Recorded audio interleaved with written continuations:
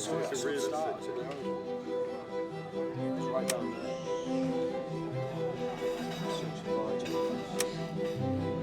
It's good. It's good. So I recently visited France, and whilst I was there, I took the Sony ZV-1 with me. I wanted to see if this small but quite pricey camera was still worth it in 2025. You might think, why this camera? Well, I'd been looking on the market for a little while for something that could take decent pictures, had good video quality, and was relatively easy to carry. A few suggestions came my way, like the Sony RX100 Mark VII, the Leica X1, and the Fujifilm X70. But in the end, I came to the conclusion, based on price and functionality, that this was going to be the first pocket camera I tested out. Now looking around, you can pick this camera up for about £250 to £300, or MPB is also selling great condition ones for £300 to £400. The price is quite staggering considering this camera is nearly 6 years old. Why is this? The camera itself boasts a 20 megapixel 1-inch sensor with a 24 to 70mm zoom lens. It has adjustable touchscreen and an ND filter. Pair this with its 4K video, autofocus and image stabilization. The camera itself starts to hold its own against a lot of similar cameras. It was particularly aimed at vloggers and content creators, something small that could still create high quality content on the go. And that's exactly how I feel about it. I decided France was going to be the perfect trip to take the camera with me and find out how good it could really be. And I was impressed. Not only did the 4K video capture some wonderful moments, but the image quality in autofocus came in super handy, especially for moments like this.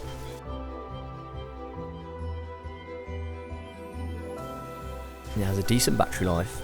I've found myself able to take the camera out for the whole day without charging it, but the more video recorded, the quicker it depleted, and therefore it may be handy to get a spare if you vlog a lot.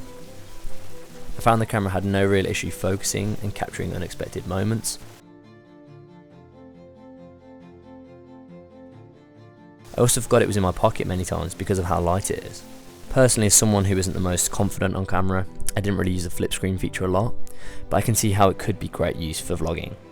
Its ability to shoot on an aperture of 2.8 is also very handy for situations when the light begins to fade. This is also, however, one of its weaknesses. It has, on best, an average ability in low light conditions. Even bringing down aperture and shutter speed accordingly, I still found myself on a rather high ISO many times.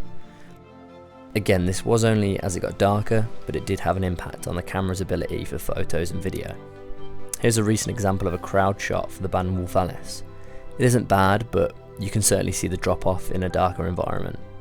The body of the camera and its interface are quite easy to use.